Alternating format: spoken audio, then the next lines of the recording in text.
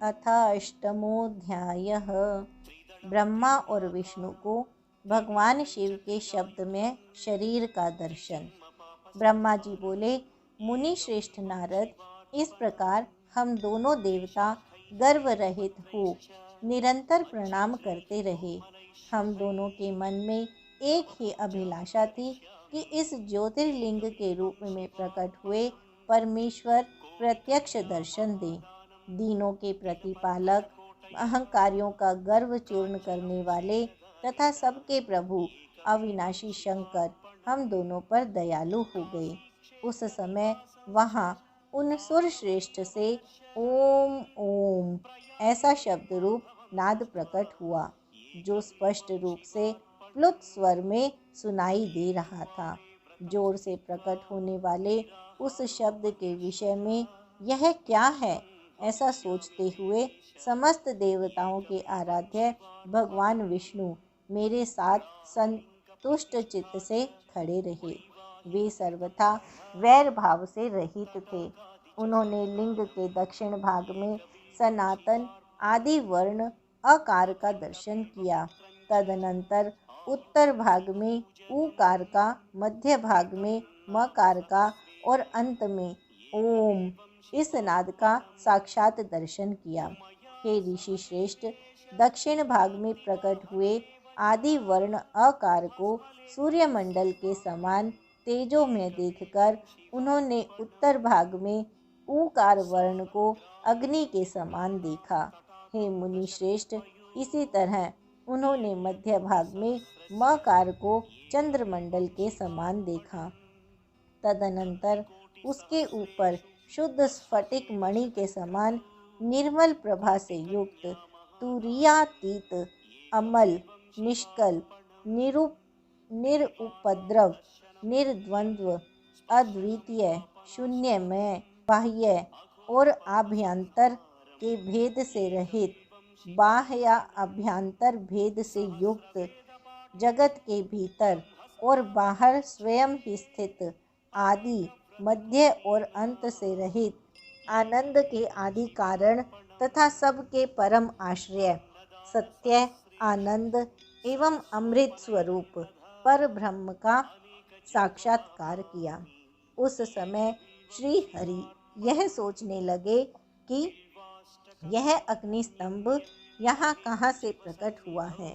हम दोनों फिर इसकी परीक्षा करें। मैं इस अनुपम अग्निस्तंभ के नीचे जाऊंगा। ऐसा विचार करते हुए श्री हरि ने वेद और शब्द दोनों के आवेश से युक्त विश्वात्मा शिव का चिंतन किया। तब वहाँ एक ऋषि प्रकट हुए, जो ऋषि समूह के परम सार रूप माने जाते हैं। उन्हीं ऋषि के द्वारा परमेश्वर श्री विष्णु ने जाना कि इस शब्द ब्रह्ममय शरीर वाले परम लिंग के रूप में साक्षात पर ब्रह्म स्वरूप महादेव जी ही यहाँ प्रकट हुए हैं। ये चिंता रहित अथवा अचिंत्य रुद्र हैं। जहाँ जाकर मन सहित वाणी उसे प्राप्त किए बिना ही लौट आती है, उस पर ब्रह्म परमात्मा शिव का वाचक एकाक्षर प्रणव ही है। वे इसके वाच्यार्थ रूप हैं। उस परम कारण, रित, सत्य, आनंद एवं अमृत स्वरूप परात्पर पर ब्रह्म को इस एकाक्षर के द्वारा ही जाना जा सकता है। प्रणव के एक अक्षर अकार से जगत के बीजभूत अखंड जन्मा भगवान ब्रह्मा का बोध होता है। उसके दूसरे एक अक्षर ऊकार से परम कारण रूप श्री हरि का बोध होता है और तीसरे एक अक्षर मकार से भगवान नील लोहित शिव का ज्ञान होता है। अकार सृष्टि करता है, ऊकार मोह में डालने वाला है और मकार नित्य अनुग्रह करने वाला है। मकार बोध्य सर्वव्यापी शिव बीजी, शिव मात्र के स्वामी हैं और अकार संज्ञक मुझ ब्रह्मा को बीज कहा जाता है। ऊकार संज्ञक श्री हरि योनि है। प्रधान और पुरुष के भी ईश्वर जो महेश्वर हैं, वे बीजी, बीज और योनि भी हैं। उन्हीं को नाद कहा गया है। बीजी अपनी इच्छा से ही अपने बीज को अनेक रूपों में विभक्त करके स्थित है।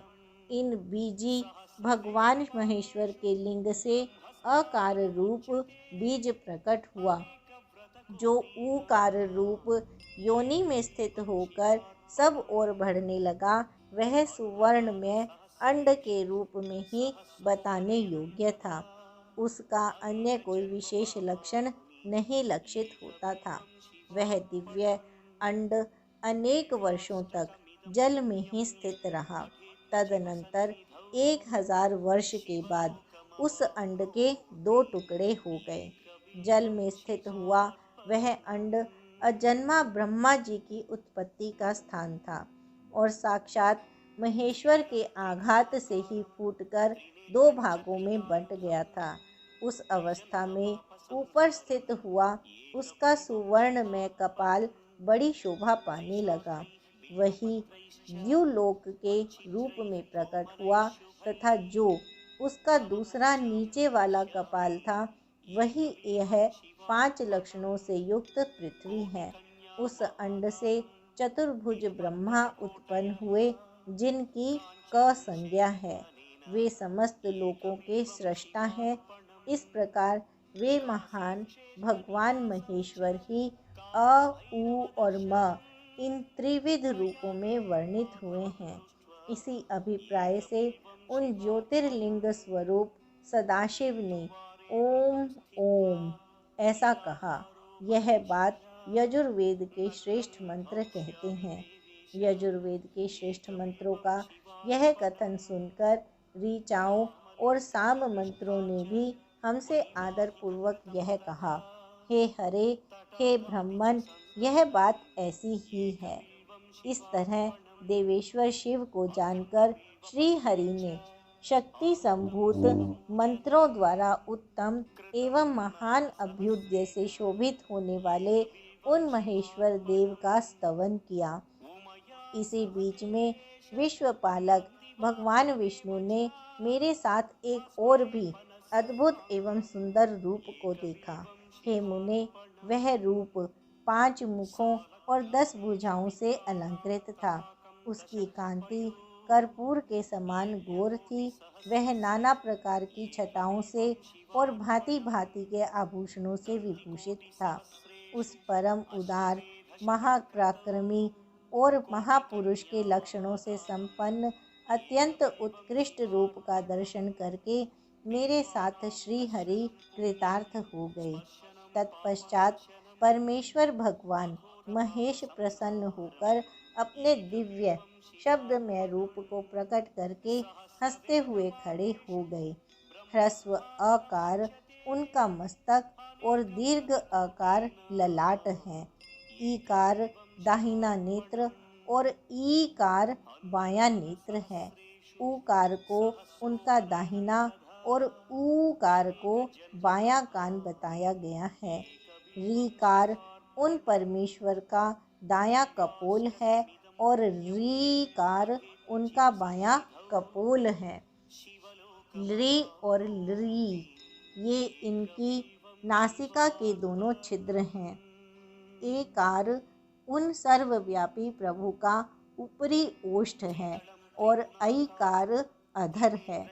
ओकार तथा औकार ये दोनों क्रमशः उनकी ऊपर और नीचे की 2 दंत पंक्तियां हैं। अंग और अह उन देवाधिदेव शूलधारी शिव के दोनों तालु हैं। क आदि 5 अक्षर उनके दाहिने 5 हाथ हैं और च आदि 5 अक्षर बाएं 5 हाथ हैं। ट आदि और त आदि 5-5 अक्षर उनके पैर हैं। पकार पेट है।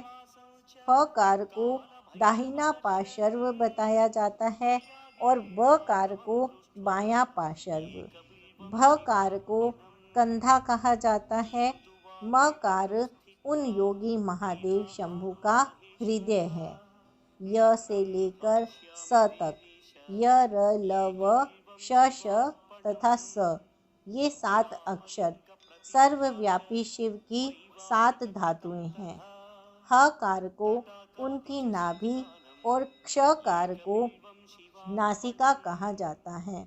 इस प्रकार निर्गुण एवं गुण स्वरूप परमात्मा के शब्दमय रूप को भगवती उमा सहित देखकर श्री हरि मेरे साथ कृतार्थ हो गए। इस प्रकार शब्द ब्रह्ममय शरीरधारी महेश्वर शिव का दर्शन पाकर मेरे साथ श्री हरि ने उन्हें प्रणाम करके पुनः ऊपर की ओर देखा।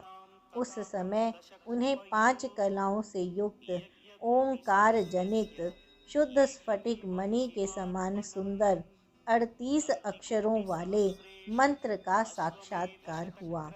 पुनः संपूर्ण धर्म तथा अर्थ का साधक, बुद्धि स्वरूप, अत्यंत हितकारक और सबको वश में करने वाला गायत्री नामक महान मंत्र लक्षित हुआ।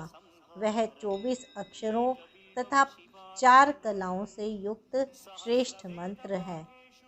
पंचाक्षर मंत्र नमः शिवाय 8 कलाओं से युक्त है। अभी 4 सिद्धि के लिए प्रयोग किया जाने वाला मंत्र 30 अक्षरों से संपन्न है, किंतु यजुर्वेद में प्रयुक्त मंत्र 25 सुंदर अक्षरों का ही है। यह 8 कलाओं से युक्त तथा सुश्वेत मंत्र है, जिसका प्रयोग शांति कर्म की सिद्धि के लिए किया जाता है। इस मंत्र के अतिरिक्त 13 कलाओं से युक्त जो श्रेष्ठ मंत्र है, वह बाल, युवा और वृद्ध आदि अवस्थाओं में आने वाले क्रम के अनुसार उत्पत्ति, पालन तथा संहार का कारण रूप है। इसमें 61 वर्ण होते हैं। इसके पश्चात विष्णु ने मृत्युंजय मंत्र, पंचाक्षर मंत्र, चिंतामणि मंत्र तथा दक्षिणामूर्ति मंत्र को देखा। इसके बाद भगवान विष्णु ने शंकर को तत्वमसि वही तुम हो, यह महावाक्य कहा। इस प्रकार उक्त पंचमंत्रों को प्राप्त करके वे भगवान श्री हरि उनका जप करने लगे। इसके पश्चात ऋक्, यजुः, साम रूप वर्णों की कलाओं से युक्त ईशान, ईशों के मुकुट, पुरातन, पुरुष, अघोर हृदय, मनोहर, सर्वगुह्य, सदाशिव, तांडव नृत्यादि कालों में वाम पाद पर अवस्थित रहने वाले महादेव, महान सर्पराज को आभूषण के रूप में धारण करने वाले, चारों ओर चरण और नेत्र वाले, कल्याणकारी, ब्रह्मा के अधिपति, सृष्टि स्थिति संहार के कारणभूत, वरदायक सांब महेश्वर को देखकर भगवान विष्णु प्रसन्न मन से प्रिय वचनों द्वारा मेरे साथ उनकी स्तुति करने लगे। इति श्री शिव महापुराणे द्वितीयायां रुद्र संहितायां प्रथम खंडे सृष्टयु उपाख्याने शब्द ब्रह्म तनुवर्णनम नाम अष्टमोऽध्यायः। इस प्रकार श्री शिव महापुराण के अंतर्गत द्वितीय रुद्र संहिता के प्रथम खंड में सृष्टि उपाख्यान में शब्द ब्रह्म तनु वर्णन नामक 8वां अध्याय पूर्ण हुआ। अथ नवमोऽध्यायः।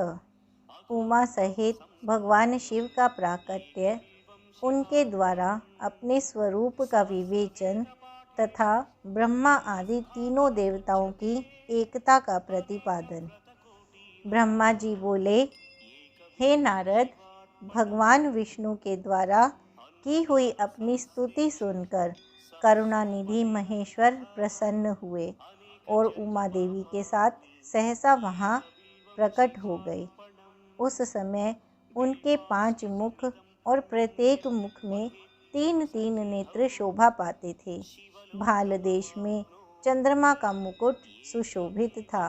सिर पर जटा धारण किए गौर वर्ण विशाल नेत्र वाले शिव ने अपने संपूर्ण अंगों में विभूति लगा रखी थी।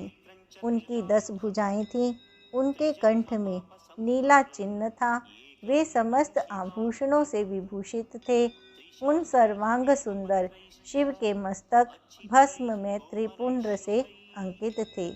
ऐसे परमेश्वर महादेव जी को भगवती उमा के साथ उपस्थित देखकर भगवान विष्णु ने मेरे साथ पुनः प्रिय वचनों द्वारा उनकी स्तुति की।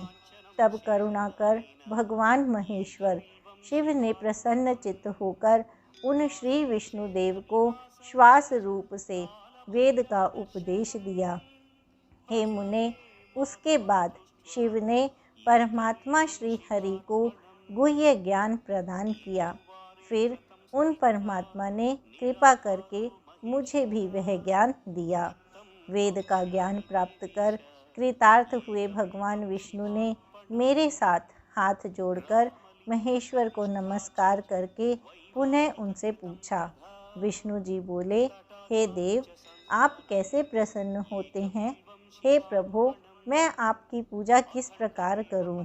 आपका ध्यान किस प्रकार से किया जाए और आप किस विधि से वश में हो जाते हैं?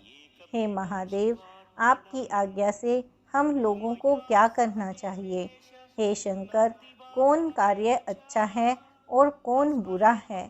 इस विवेक के लिए हम दोनों के ऊपर कल्याण हेतु आप प्रसन्न हों और उचित बताने की कृपा करें।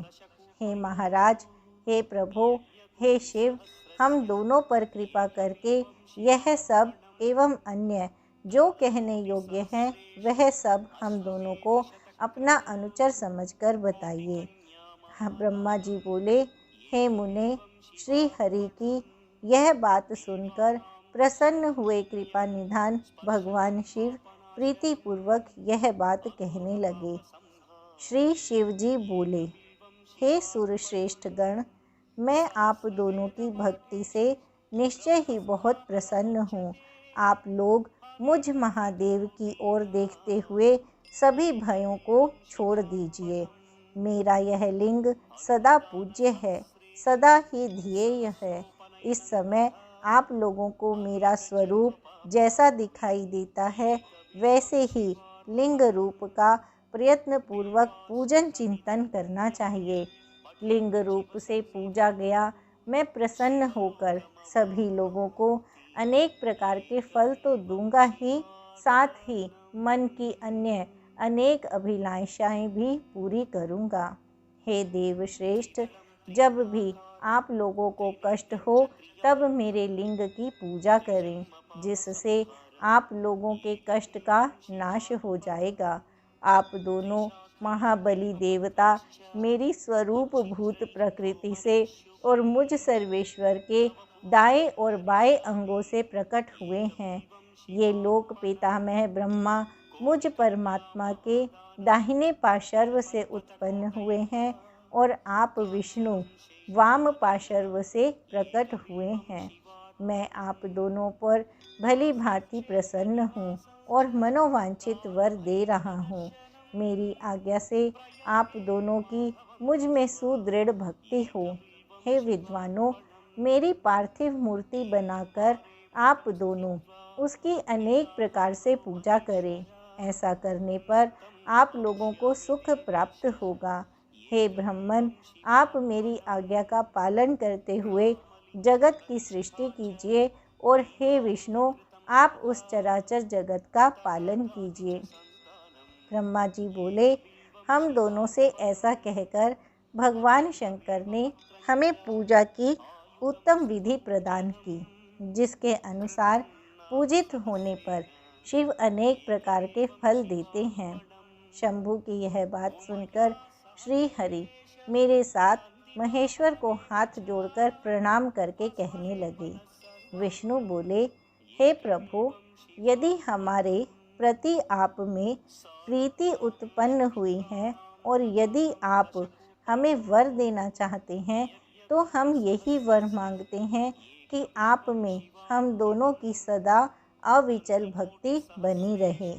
आप निर्गुण हैं, फिर भी अपनी लीला से आप अवतार धारण कीजिए। हे तात, आप परमेश्वर हैं, हम लोगों की सहायता करें। हे देव देवेश्वर, हम दोनों का विवाद शुभदायक रहा, जिसके कारण आप हम दोनों के विवाद को शांत करने के लिए यहाँ प्रकट हुए। ब्रह्मा जी बोले, हे मुने, श्री हरि की यह बात सुनकर भगवान हर ने मस्तक झुकाकर प्रणाम करके स्थित हुए उन श्री हरि से पुनः कहा। वे विष्णु स्वयं हाथ जोड़कर खड़े रहे। श्री महेश बोले, मैं सृष्टि, पालन और संहार का कर्ता, सगुण, निर्गुण, निर्विकार, सच्चिदानंद लक्षण वाला तथा पर ब्रह्म परमात्मा हूँ। हे विष्णु, सृष्टि, रक्षा और प्रलय रूप गुणों के भेद से मैं ही ब्रह्मा, विष्णु और रुद्र का नाम धारण करके 3 स्वरूपों में विभक्त हुआ हूँ। हे हरे, मैं वास्तव में सदा निष्कल हूँ। हे विष्णु, आपने और ब्रह्मा ने मेरे अवतार के निमित्त जो मेरी स्तुति की है, उस प्रार्थना को मैं अवश्य सत्य करूँगा, क्योंकि मैं भक्त वत्सल हूँ। ब्राह्मण, मेरा ऐसा ही परम उत्कृष्ट रूप तुम्हारे शरीर से इस लोक में प्रकट होगा, जो नाम से रुद्र कहलाएगा। मेरे अंश से प्रकट हुए रुद्र की सामर्थ्य मुझसे कम नहीं होगी। जो मैं हूँ वही ये रुद्र है। पूजा के विधि विधान की दृष्टि से भी मुझ में और उनमें कोई अंतर नहीं है। जैसे जल आदि के साथ ज्योतिर्मय बिंब का संपर्क होने पर भी बिंब में स्पर्श दोष नहीं लगता, उसी प्रकार मुझ निर्गुण परमात्मा को भी किसी के संयोग से बंधन नहीं प्राप्त होगा। यह मेरा शिव रूप है। जब रुद्र प्रकट होंगे तब वे भी शिव के ही तुल्य होंगे। हे महामुने, मुझ में और उनमें परस्पर भेद नहीं करना चाहिए। वास्तव में एक ही रूप सब जगत में व्यवहार निर्वाह के लिए 2 रूपों में विभक्त हो गया है। अतः शिव और रुद्र में कभी भी भेद नहीं मानना चाहिए। शिव और रुद्र में भेद वैसे ही नहीं है जैसे एक सुवर्ण खंड में समरूप से एक ही वस्तु तत्व विद्यमान रहता है, किंतु उसी का आभूषण बना देने पर नाम भेद आ जाता है। वस्तु तत्व की दृष्टि से उसमें भेद नहीं होता। जिस प्रकार एक ही मिट्टी से बने हुए नाना प्रकार के पात्रों में नाम और रूप का तो भेद आ जाता है, किंतु मिट्टी का भेद नहीं होता, क्योंकि कार्य में कारण की ही विद्यमानता दिखाई देती है। हे देवों, निर्मल ज्ञान वाले श्रेष्ठ विद्वानों को यह जान लेना चाहिए। ऐसा समझकर आप लोग भी शिव और रुद्र में भेद बुद्धि वाली दृष्टि से ना देखें। वास्तव में सारा दृश्य ही मेरा शिव रूप है, ऐसा मेरा मत है। मैं, आप, ब्रह्मा तथा जो ये रुद्र प्रकट होंगे, वे सब के सब एक रूप हैं। इनमें भेद नहीं है। भेद मानने पर अवश्य ही बंधन होगा। तथापि मेरे शिव रूप को ही सर्वदा सनातन, मूल कारण, सत्य ज्ञान में तथा अनंत कहा गया है। ऐसा जानकर आप लोगों को सदा मन से मेरे यथार्थ स्वरूप का ध्यान करना चाहिए। हे ब्राह्मण, सुनिए, मैं आपको एक गोपनीय बात बता रहा हूँ। आप दोनों प्रकृति से उत्पन्न हुए हैं, किंतु ये रुद्र प्रकृति से उत्पन्न नहीं है। मैं अपनी इच्छा से स्वयं ब्रह्मा जी की भ्रिकुटी से प्रकट हुआ हूँ। गुणों में भी मेरा प्राकट्य कहा गया है। जैसा कि लोगों ने कहा है कि हर तामस प्रकृति के हैं, वास्तव में उस रूप में अहंकार का वर्णन हुआ है। उस अहंकार को केवल तामस ही नहीं, वैकारिक, सात्विक भी समझना चाहिए। सात्विक देवगण वैकारिक अहंकार की ही सृष्टि है। यह तामस और सात्विक आदि भेद केवल नाम मात्र का है, वस्तुतः नहीं है। वास्तव में हर को तामस नहीं कहा जा सकता। हे ब्राह्मण, इस कारण से आपको ऐसा करना चाहिए। हे ब्राह्मण, आप इस सृष्टि के निर्माता बने और श्री हरि उसका पालन करने वाले हों। मेरे अंश से प्रकट होने वाले जो रुद्र हैं, वे इसका प्रलय करने वाले होंगे। ये जो उमा नाम से विख्यात परमेश्वरी प्रकृति देवी हैं, इन्हीं की शक्ति भूता वाग देवी ब्रह्मा जी का सेवन करेंगी। पुनः इन प्रकृति देवी से वहाँ जो दूसरी शक्ति प्रकट होंगी, वे लक्ष्मी रूप से भगवान विष्णु का आश्रय लेंगी। तदनंतर पुनः काली नाम से जो तीसरी शक्ति प्रकट होंगी, वे निश्चय ही मेरे अंशभूत रुद्रदेव की प्राप्त होंगी।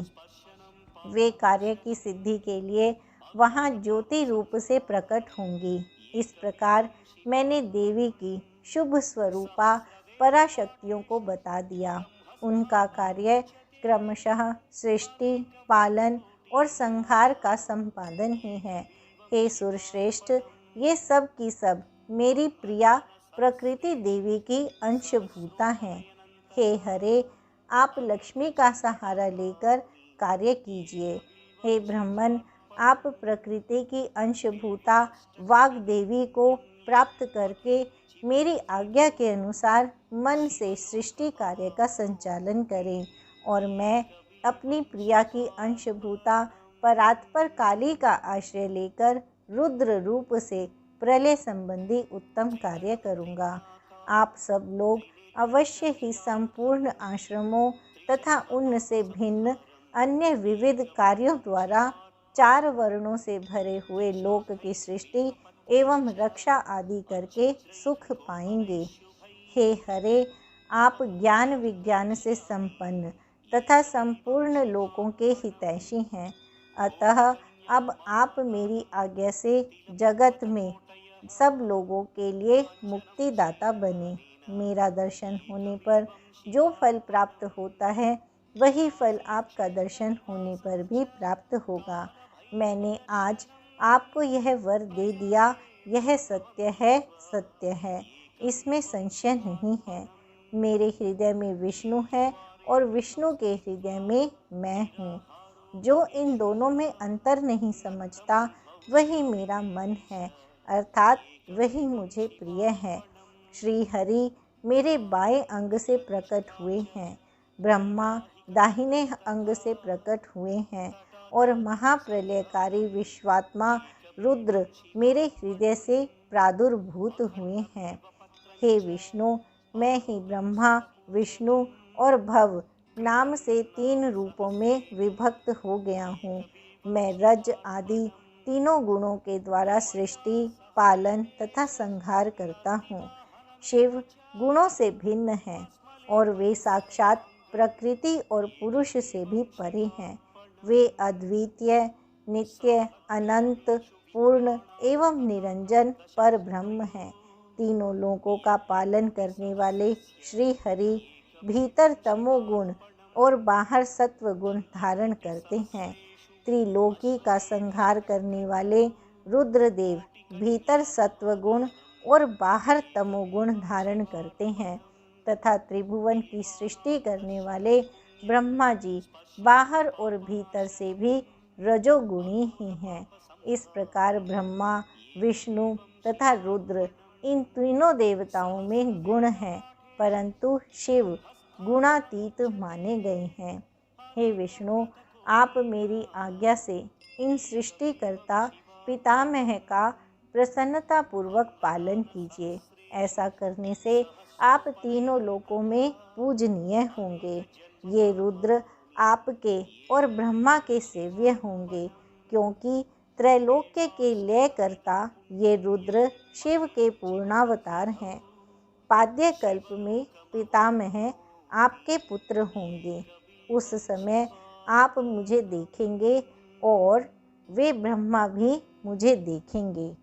ऐसा कहकर महेश, हर, सर्वेश्वर, प्रभु अतुलनीय, कृपा कर पुनः प्रेम पूर्वक विष्णु से कहने लगे। इति श्री शिव महापुराणे द्वितीयायां रुद्रसंहितायां प्रथम खंडे सृष्ट्य उपाख्याने शिवतत्ववर्णनम नाम नवमोऽध्यायः। इस प्रकार श्री शिव महापुराण के अंतर्गत द्वितीय रुद्र संहिता के प्रथम खंड के सृष्टि उपाख्यान में शिव तत्व वर्णन नामक 9वां अध्याय पूर्ण हुआ। अथ 10मोऽध्यायः। श्री हरि को सृष्टि की रक्षा का भार एवं भोग मोक्ष दान का अधिकार देकर भगवान शिव का अंतर्धान होना। परमेश्वर शिव जी बोले, उत्तम व्रत का पालन करने वाले हे हरे, हे विष्णु, अब आप मेरी दूसरी आज्ञा सुने। उसका पालन करने से आप सदा समस्त लोकों में माननीय और पूजनीय होंगे। ब्रह्मा जी के द्वारा रचे गए लोक में जब कोई संकट उत्पन्न हो तब आप उन संपूर्ण दुखों का नाश करने के लिए सदा तत्पर रहना। मैं संपूर्ण दुस्सह कार्यों में आपकी सहायता करूँगा। आपके दुर्जेय और अत्यंत उत्कट शत्रुओं को मैं मार गिराऊंगा। हे हरे, आप नाना प्रकार के अवतार धारण करके लोक में अपनी उत्तम कीर्ति का विस्तार कीजिए और संसार में प्राणियों के उद्धार के लिए तत्पर रहिए। गुण रूप धारण कर मैं रुद्र निश्चित ही अपने इस शरीर से संसार के उन कार्यों को करूँगा जो आप से संभव नहीं है, इसमें संदेह नहीं है। आप रुद्र के ध्येय हैं और रुद्र आपके ध्येय हैं। आप दोनों में और आप तथा रुद्र में कुछ भी अंतर नहीं है। हे महाविष्णु, लीला से भेद होने पर भी वस्तुतः आप लोग एक ही तत्व हैं। यह सत्य है, इसमें संशय नहीं है। जो मनुष्य रुद्र का भक्त होकर आपकी निंदा करेगा उसका सारा पुण्य तत्काल भस्म हो जाएगा। हे पुरुषोत्तम विष्णु, आपसे द्वेष करने के कारण मेरी आज्ञा से उसको नरक में गिरना पड़ेगा। यह सत्य है, इसमें संशय नहीं है। आप इस लोक में मनुष्यों के लिए विशेषतः भोग और मोक्ष प्रदान करने वाले और भक्तों के ध्येय तथा पूज्य होकर प्राणियों का निग्रह और अनुग्रह कीजिए।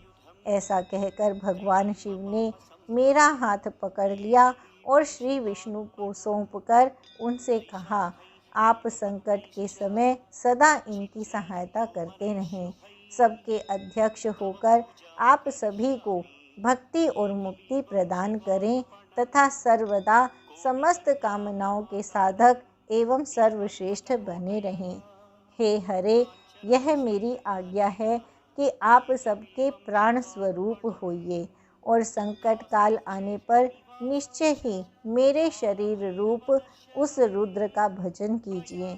जो आपकी शरण में आ गया वह निश्चय ही मेरी शरण में आ गया। जो मुझ में और आप में अंतर समझता है वह अवश्य ही नरक में गिरता है। अब आप तीनों देवताओं के आयु बल को विशेष रूप से सुनिए।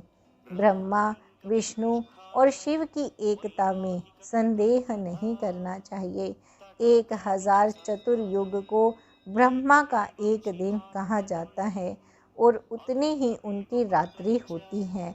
इस प्रकार क्रम से यह ब्रह्मा के एक दिन और एक रात्रि का परिमाण है। इस प्रकार के 30 दिनों का एक मास और 12 मासों का एक वर्ष होता है। 100 वर्ष के परिमाण को ब्रह्मा की आयु कहा गया है। ब्रह्मा के एक वर्ष के बराबर विष्णु का एक दिन कहा जाता है। वे विष्णु भी अपने 100 वर्ष के प्रमाण तक जीवित रहते हैं। विष्णु के एक वर्ष के बराबर रुद्र का एक दिन होता है। भगवान रुद्र भी उस मान के अनुसार नर रूप में 100 वर्ष तक स्थित रहते हैं।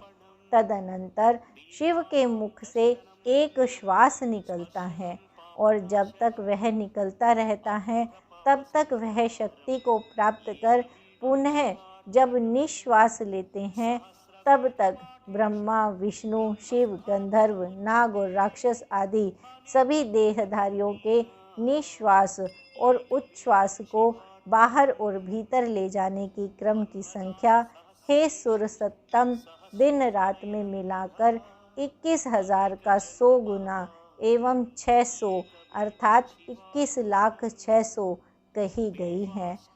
6 उच्छ्वास और 6 निश्वास का एक पल होता है। 60 पलों की एक घटी और 60 घटी प्रमाण को एक दिन और रात्रि कहते हैं। सदाशिव के निश्वासों और उच्छ्वासों की गणना नहीं की जा सकती है। अतः शिव जी सदैव प्रबुद्ध और अक्षय हैं। मेरी आज्ञा से तुम्हें अपने विविध गुणों के द्वारा सृष्टि के इस प्रकार के होने वाले कार्यों की रक्षा करनी चाहिए।